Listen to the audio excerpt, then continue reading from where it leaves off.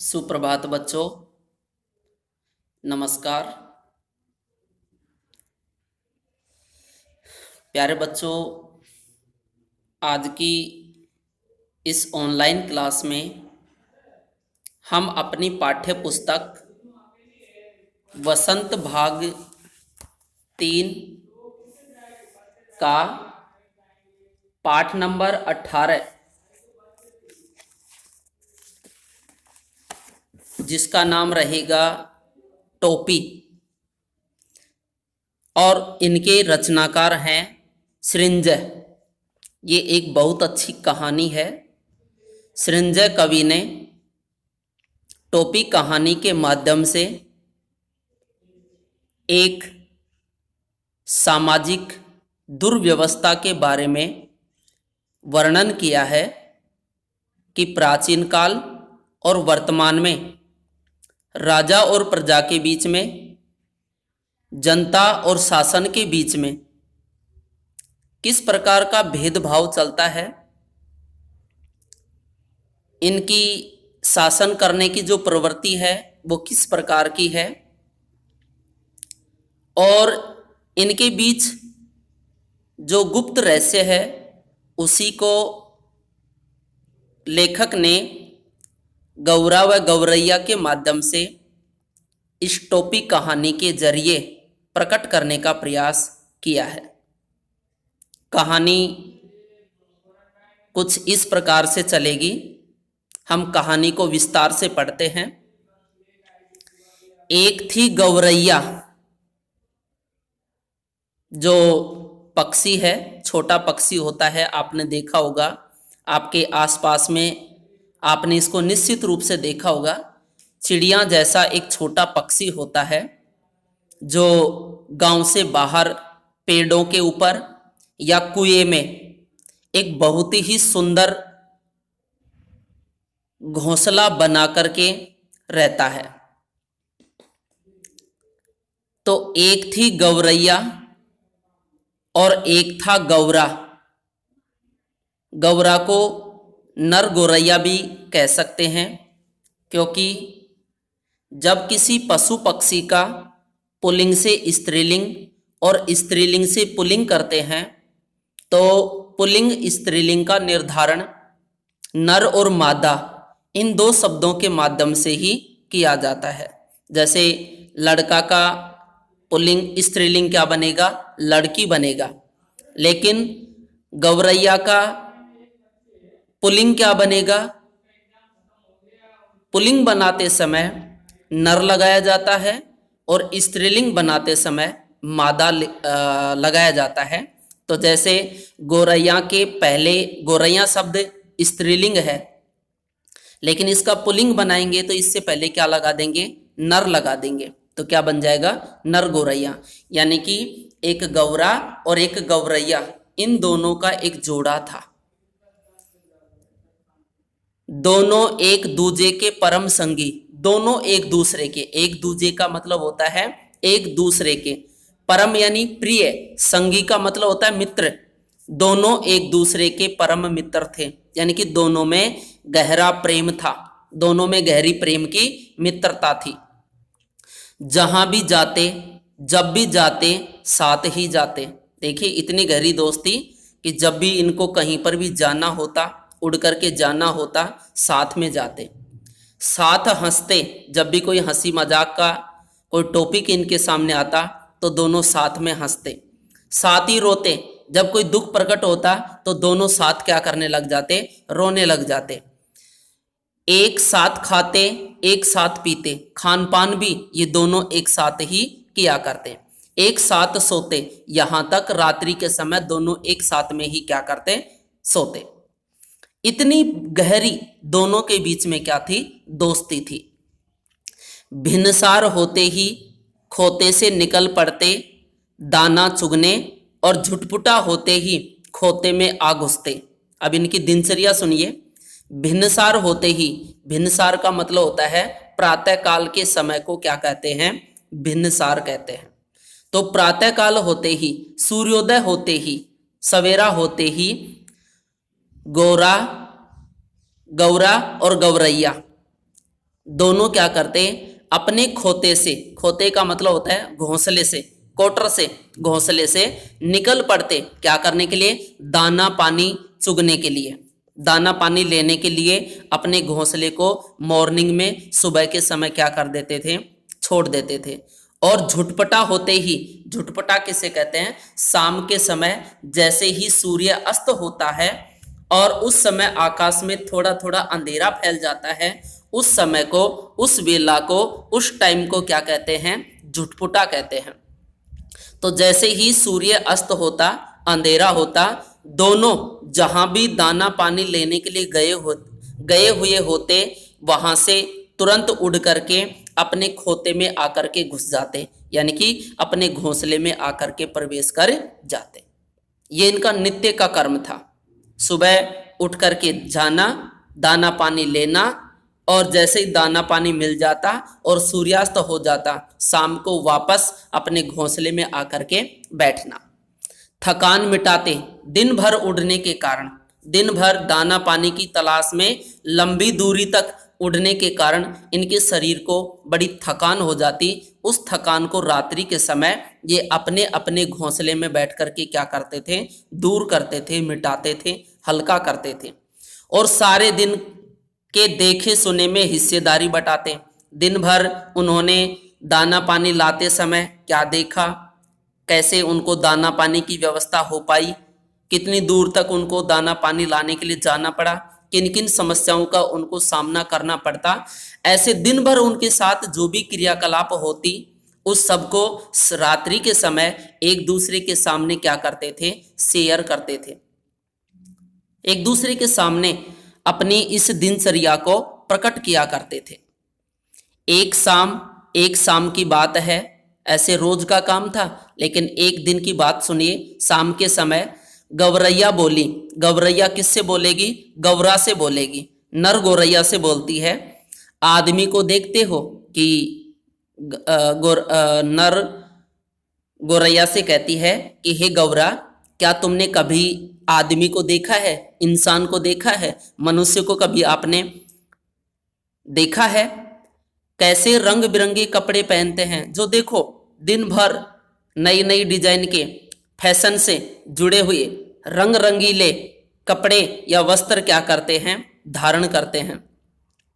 कितना फबता है उन पर कपड़ा, और जब वे रंग बिरंगे कपड़ों को पहनते हैं तो देखो ऐसी रंग बिरंगी पोशाक में वे बड़े सुंदर लगते हैं, और उनके शरीर पर वे कपड़े भी बड़े क्या होते हैं, फबते हैं। फबता का मतलब होता है सुंदर लगना, अच्छा लगना, कि जब ऐसे शरीर पर या मनुष्य अपने शरीर पर कपड़ों को धारण करता है तो कपड़ों की सुंदरता तो बढ़ती बढ़ती है, साथ में उस धारण करने वाले, पहनने वाले व्यक्ति की सुंदरता भी क्या हो जाती है, बढ़ जाती है। इतना सुनते ही अब देखिए गौरा इस बात से सहमत नहीं होता है। खाक फबता है, गौरा तपाक से बोला।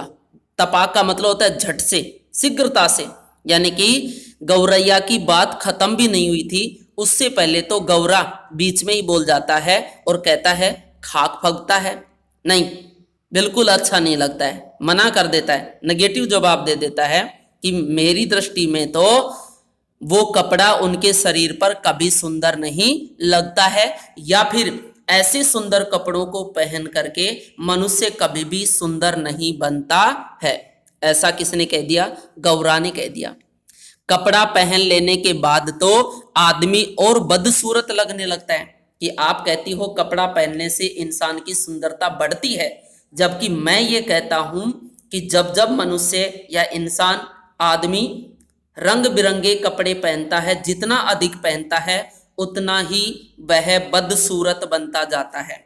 बदसूरत का मतलब होता है भद्दा, क्योंकि सूरत शब्द सुंदरता के लिए काम में लिया जाता है, और सूरत शब्द में बद उपसर्ग जोड़ा गया है, और बद उपसर्ग जोड़ने से यह इसका एक पर्याय विलोम शब्द बन जाता है। सूरत का क्या बन जाएगा, बदसूरत बन जाएगा। ठीक है, तो मेरी दृष्टि में रंगीन कपड़े पहनने से इंसान सुंदर नहीं बनता, बल्कि और अधिक क्या बन जाता है, बदसूरत बन जाता है। इतना सुनने के बाद में गौरैया से रहा नहीं जाता है, तुरंत बोलती है, लगता है आज लट जीरा चुग गए हो। लट जीरा एक चिचड़ा होता है, एक पौधा होता है, पेड़ होता है, जिसको खाने के बाद में कहते हैं गौरा पागलपन जैसी क्या करने लग जाता है, बातें करने लग जाता है। इसीलिए गौरैया ने तुरंत बोल दिया कि आपकी बातों को सुनकर के ऐसा लगता है कि शायद आज भी आपने लट जीरा क्या कर लिया है, खा लिया है, यानी कि उस चिचड़ा को आपने खा लिया है, इसीलिए आज आप ऐसी बहकी बहकी बातें करते हैं। मैं तो कहती हूं कि सुंदर कपड़े पहनने से इंसान की सुंदरता बढ़ती है और वास्तव में बढ़ती भी है, लेकिन आप कहते हैं कि उसकी सुंदरता खाक बढ़ती है। बिल्कुल नहीं बढ़ती। खाक का मतलब होता है राख। राख किसे कहते हैं? जब आग लकड़ी जलाते हैं, जलने के बाद में जो कुछ बच जाता है, जो बेकार की चीज होती है, जिसको हम बाहर फेंक करके आते हैं, जो कचरा शेष बचता है, उसे खाक कहते हैं और हिंदी में बोलेंगे उसको राख।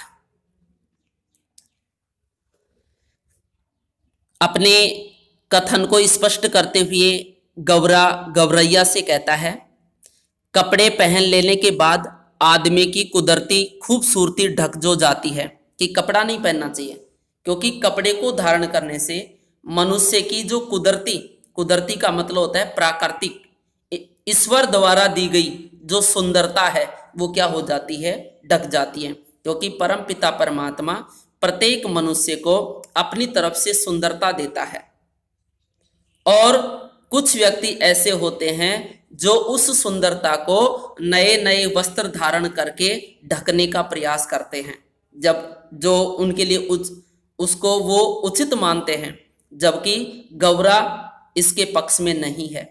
वो ये चाहता है कि ईश्वर द्वारा दी गई सुंदरता को हमें छुपाना नहीं चाहिए। इसलिए उसने ये कह दिया कि कपड़े पहन लेने के बाद में आदमी की कुदरती खूबसूरती क्या हो जाती है, ढक जाती है। गौरा बोला, अब तू ही सोच।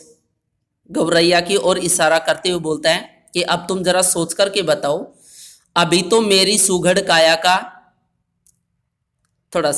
अभी तो तेरी सुघड़ काया का एक एक कटाव मेरे सामने है। कि सपोज करो आपने कोई वस्त्र नहीं पहन रखा है, इसीलिए कुदरत ने, परमात्मा ने, प्रकृति ने आपको जो सुंदरता दी है, उस सुंदरता का एक एक दृष्टिकोण, एक एक नजारा मेरी आंखों के सामने है। यानी कि मैं आपकी उस प्राकृतिक सुंदरता को स्पष्ट रूप से क्या कर पा रहा हूं, देख पा रहा हूं। रोवे रोवे की रंगत मेरी आंखों में चमक रही है। तुम्हारे शरीर के ऊपर जो पंख हैं, उन पंखों के ऊपर जो बाल हैं, और उन बालों के ऊपर जो सुंदरता है, वो सुंदरता मेरी आंखों में अब भी क्या कर रही है, चमक रही है। लेकिन सपोज करो यदि तुम भी अपने इन पंखों के ऊपर रंगीन कपड़े पहन लेती, तो आपकी इन पंखों की जो सुंदरता है, क्या मैं उसको देख पाता? कभी भी नहीं देख पाता। क्यों? क्योंकि आपकी वो सुंदरता इन सुंदर कपड़ों के नीचे क्या हो जाती, दब जाती, और फिर आपकी कुदरत के द्वारा प्राप्त इस सुंदरता का कोई औचित्य नहीं होता। अब अगर तू मानुष की तरह खुद को सरापा ढक ले, तो तेरी सारी खूबसूरती ओझल हो जाएगी कि नहीं। अब यदि तुम भी मनुष्य की तरह, उदाहरण के तौर पर उसको बताया कि अब यदि तुम भी आदमी की तरह, मनुष्य की तरह अपने पूरे बदन को, अपने इस सुंदर शरीर को, जो परमपिता परमात्मा के द्वारा, प्रकृति के द्वारा आपको मिला है, इस सुंदर शरीर को यदि तुम भी सुंदर वस्त्रों से क्या कर लो, सरापा का मतलब होता है पूरी तरह से, यानी कि सर से लेकर के पांव तक अपने इस पूरे बदन को, अपने इस पूरे शरीर को यदि तुम ढक लोगी, तो बताओ तुम्हारी खूबसूरती, जो तुम्हारी सुंदरता है, वो मेरी आंखों के सामने कभी आ पाएगी? नहीं, वो क्या हो जाएगी, ओझल हो जाएगी। ओझल का मतलब होता है दिखाई नहीं देना, क्योंकि आपकी वो ओरिजिनल सुंदरता है ना, वो क्या हो जाएगी, आपके इन वस्त्रों के नीचे ढक जाएगी। कपड़े केवल अच्छा लगने के लिए नहीं, गौरैया बोली, मौसम की मार से बचने के लिए भी पहनता है आदमी। कि अरे गौरा, तुम तो शायद पागल हो गई, तुम्हें पता होना चाहिए इंसान अपने शरीर पर जो कपड़ा धारण करता है वो कपड़ा केवल सुंदरता को बढ़ाने के लिए धारण नहीं करता। कई बार मनुष्य मौसम की मार से, सर्दी, गर्मी, वर्षा, इन सब की चपेट में ना आ जाए, इसीलिए इन सब की मार से बचने के लिए इंसान अपने शरीर के ऊपर क्या पहनता है? कपड़ा पहनता है। तो तुम केवल एक दृष्टिकोण से ये मत सोचो कि केवल मनुष्य अपने शरीर की सुंदरता को बढ़ाने के लिए ही कपड़े पहनते हैं। उनको अपने शरीर की सेफ्टी के लिए, अपने शरीर को सर्दी, गर्मी, वर्षा तीनों ऋतुओं के प्रभाव से बचाने के लिए भी क्या करना पड़ता है? कपड़ा धारण करना पड़ता है। तू समझती नहीं, गौरा हंसकर बोला। गौरैया के इस कथन को सुनकर के गौरा को हंसी आ जाती है और वो हंसते हुए बोलते हैं कि अरे गौरैया, शायद तुम क्या नहीं करती हो, समझती नहीं हो। मैं जो कहना चाहता हूं उसको आप समझ नहीं पाई। कपड़े पहन पहन कर जाड़ा, गर्मी, बरसात सहने की उनकी सकत भी जाती रही है। कि देखिए, मैं ये नहीं कहता कपड़ा धारण नहीं करना चाहिए, कपड़ा धारण करना चाहिए, लेकिन मनुष्य कपड़े धारण करने का इतना आदी हो गया है, इतना आदी हो गया है, उसको कपड़ा धारण करने की इतनी गंदी आदत पड़ गई है कि जो मौसमी जो मार होती है, जैसे सर्दी, गर्मी, बरसात, इनसे जो हमारे शरीर को पीड़ा प्राप्त होती है, तो हमारे अंदर उस पीड़ा को सहन करने की सकत, सकत का मतलब होता है शक्ति, ताकत, वो भी क्या हो गई है? खत्म हो गई है। और वास्तविक बात है, आज सर्दियों के दिनों में सर्दी, गर्मियों के दिनों में गर्मी और बारिश के दिनों में बारिश हमारे शरीर को परेशान करती है। और उस मुसीबत से बचने के लिए हम अपने शरीर पर बहुत सारे वस्त्र धारण कर लेते हैं, और बार बार ऐसा करने से हमारे शरीर की जो पावर है, शक्ति है, वो क्या हो जाती है? इस पीड़ा को सहन करने की शक्ति उसमें नहीं होती है। देखा भी होगा, आदि मानव, प्राचीन काल का जो मानव था, वो सर्दी, गर्मी, वर्षा, कोई भी ऋतु हो, अपने शरीर को खुला रखता था। उस समय कोई कपड़े नहीं थे। क्या उनको सर्दी नहीं लगती, लेकिन सर्दी को सहन करने की उनमें क्या थी? ताकत थी, आदत थी। गर्मियों में गर्मी को सहन करने की उनमें क्या थी? हिम्मत थी। आज हम अपने शरीर को चारों तरफ से इतना ढक लेते हैं कि सर्दी, गर्मी, वर्षा को सहन करने की हमारे अंदर क्या नहीं बची है? क्षमता नहीं बची है। तो मेरा कहने का मतलब यह है, मैं ये नहीं कहता कि वस्त्र धारण ना करो, लेकिन कम से कम शरीर को मौसम के अकॉर्डिंग तो बनाओ, ताकि उसमें सहन करने की क्षमता क्या हो सके? बढ़ सके। और इस कपड़े में बड़ा लफड़ा भी है। और वह एक दूसरी बात और है, ये कपड़ा ही नहीं है, ये एक बहुत बड़ी समस्या पैदा करने वाला भी है। यानी कि इस कपड़े को आप साधारण कपड़ा न माने, ये कपड़ा एक बहुत बुरे विचार को पैदा करने वाला भी है, लफड़ा भी है, मुसीबत है। क्यों? कपड़ा पहनते ही पहनने वाले की औकात का पता चल जाता है। जैसे ही व्यक्ति कपड़ा धारण करता है, तो कपड़े के माध्यम से व्यक्ति की या दूसरे व्यक्ति की या पहनने वाले व्यक्ति की औकात का, हैसियत का, उसकी गरीबी और अमीरी का क्या हो जाता है? पता लग जाता है। सबको पता है, जो फटे पुराने कपड़े पहनेगा हम उसको क्या मान लेते हैं? गरीब मान लेते हैं।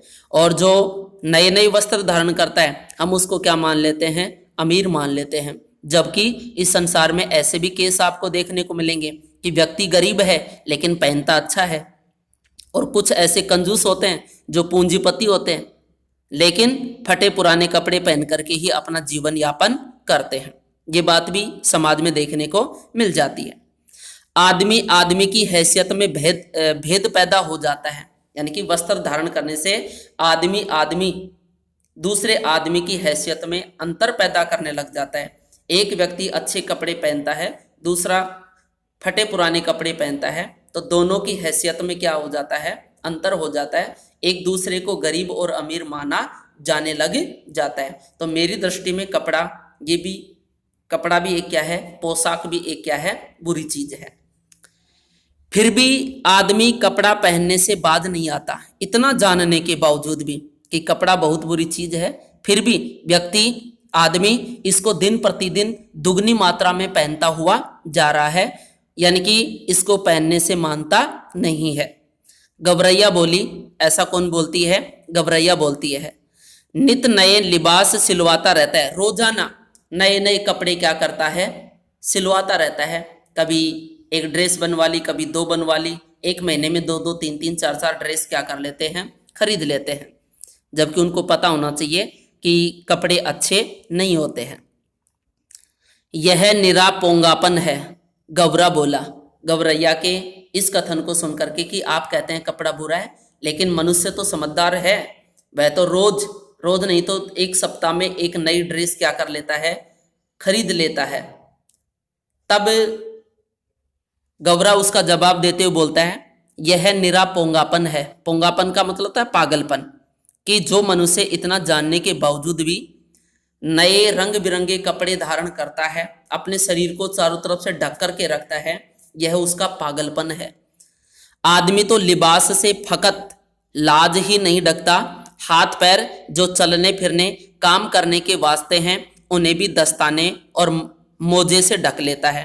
कि आदमी तो लिबास से, लिबास का मतलब होता है वस्त्र से, कपड़े से, फकत, फकत का मतलब होता है केवल, लाज ही नहीं ढकता, यानी कि अपनी लज्जा को ही, अपनी इज्जत को ही नहीं ढकता है, बल्कि चलने फिरने के लिए और कामकाज करने के लिए उसको जो परमात्मा ने हाथ पांव दिए हैं उनको भी वह कपड़ों से क्या कर लेता है? ढक लेता है।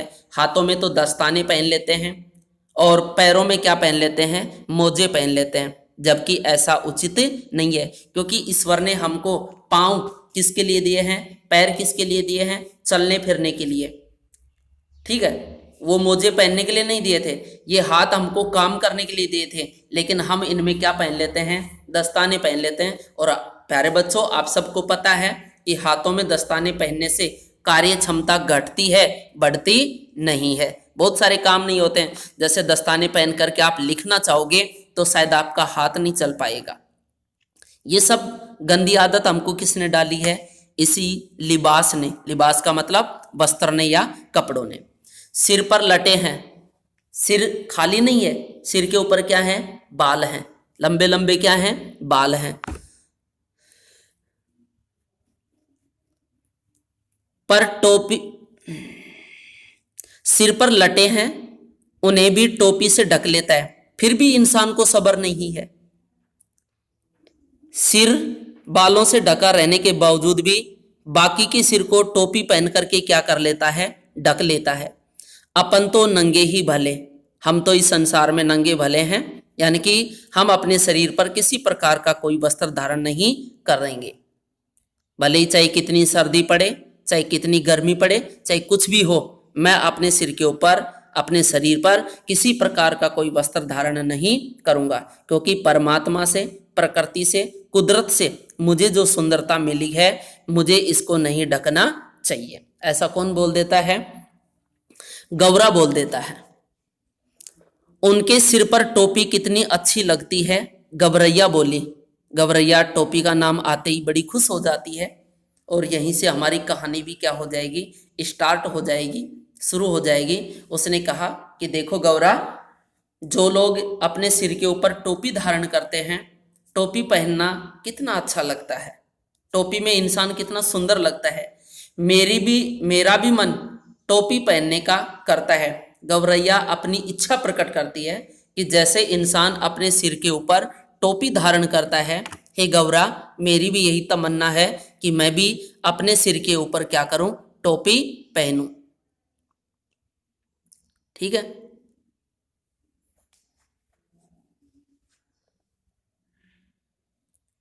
आगे देख लो, यहां तक कर ही लेते हैं। टोपी तू पाएगी कहां से? तब उसने, गौरा ने कहा कि गौरैया, बहुत अच्छी बात है, तुम टोपी पहनना चाहती हो, लेकिन ये बताओ तुम टोपी कहां से लोगी, तुम्हें टोपी कहां से मिलेगी? गौरा बोला, टोपी तो आदमियों का राजा पहनता है। कि टोपी किसके पास होती है? जो आदमी होते हैं उनका जो सरदार होता है, राजा होता है, बादशाह होता है, वही अपने सिर पर क्या रखता है? टोपी रखता है। बाकी प्रत्येक व्यक्ति टोपी नहीं पहनता है। जानती है एक टोपी के लिए कितनों का टाट उलट जाता है। टाट उलटने का मतलब क्या हो जाएगा, कितने परिवर्तन किए जाते हैं, यानी कि एक टोपी के निर्माण के लिए, एक टोपी धारण करने के लिए कितना कुछ उलटना पलटना पड़ता है, बहुत उल्टे सुलटे काम करने पड़ते हैं। जरा सी चूक हुई नहीं कि टोपी उछलते देर नहीं लगती, और थोड़ी सी यदि गलती हो गई, थोड़ी सी यदि असावधानी होगी तो टोपी उछलते देर नहीं लगेगी। कहने का मतलब हमारी बेइज्जती होते हुए देर नहीं लगेगी। टोपी उछालने का मतलब क्या होता है, लज्जित करना, बेशरम बनाना या उसका अपमान करना। और बात कहीं ना कहीं सही भी है। ऐसा कहा जाता है कि टोपी पहननी पड़ती है, कहने का मतलब या पहनानी पड़ती है, ऐसा होगा शायद इसमें। एक टोपी के लिए कितनों को टाट उलट जाता है, जरा सी चूक हुई नहीं कि टोपी उछलते देर नहीं लगती। हाँ, अपमानित होते देर नहीं लगती है। अपनी टोपी सलामत रहे, अपनी टोपी सही सलामत रहे, अर्थात हमारी इज्जत बनी रहे, इसी फिक्र में, इसी चिंता में कितनों को टोपी पहनानी पड़ती है। न जाने कितने लोगों को टोपी पहनानी पड़ती है। टोपी पहनाने का मतलब होता है चापलूसी करना, यानी कि अपने सिर की टोपी सही सलामत रहे, अपने सिर की इज्जत बनी रहे, इसके लिए हमें दूसरों को क्या करना पड़ता है, टोपी पहनानी पड़ती है, अर्थात उनकी चापलूसी करनी पड़ती है, उनकी खुशामद करनी पड़ती है। मेरी मान तो तू इस चक्कर में पड़ ही मत। इसलिए हे गौरैया, मैं तो आपसे यही कहना चाहता हूं कि हमारे पास कोई टोपी भी नहीं है। टोपी तो राजा के पास होती है। टोपी को पाने के लिए बहुत टाल करने पड़ते हैं, या कई प्रकार के टाट उलटने पड़ जाते हैं, कई प्रकार के संकट झेलने पड़ते हैं। और दूसरी बात, टोपी उछलते देर भी नहीं लगती, यानी कि अपमानित होते देर भी नहीं लगती है। और अपनी इज्जत को बनाए रखने के लिए दूसरों के सिर पर टोपी पहनानी पड़ती है, अर्थात उनके साथ उनकी चापलूसी करनी पड़ती है, खुशामद करनी पड़ती है। इसलिए तुम इस चक्कर में मत पड़ो, ये हमारे बस की बात नहीं है। गौरा था तनिक समझदार, गौरा थोड़ा सा समझदार था, इसलिए सक्की, इसलिए थोड़ा सा वो सक्की स्वभाव का भी था, शक करने वाला था, डाउट करने वाला था। जबकि गौरैया थी जिद्दी और धुन की पक्की। जबकि गौरैया का व्यवहार कुछ अलग प्रकार का था, वह एक जिद्दी प्रवृत्ति की थी, जो जिस चीज की एक बार जिद कर लेती उसे बच्चों की तरह क्या नहीं पूरा करने के बाद में ही पीछा छोड़ती थी। और धुन की पक्की थी, जो एक बार उसके दिमाग में कोई चीज घुस गई तो उसे पूरा करने के बाद में ही आराम लेने वाली थी। ठान लिया सो ठान लिया, अब उसने जो दृढ़ संकल्प कर लिया वो कर लिया। ठान लेने का मतलब संकल्प ले लेना।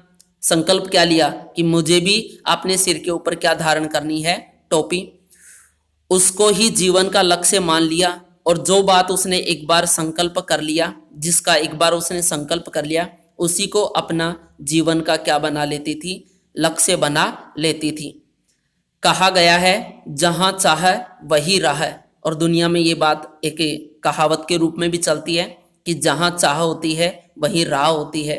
यानी कि जब व्यक्ति के मन में किसी चीज को प्राप्त करने की इच्छा होती है तो उस इच्छा को पूरा करने के लिए अनेक प्रकार के रास्ते क्या हो जाते हैं, खुल जाते हैं। और जिस व्यक्ति के मन में कोई इच्छा नहीं होती है उसके लिए चारों रास्ते क्या हो जाते हैं, बंद हो जाते हैं। मामूल के मुताबिक, मामूल का मतलब क्या होता है,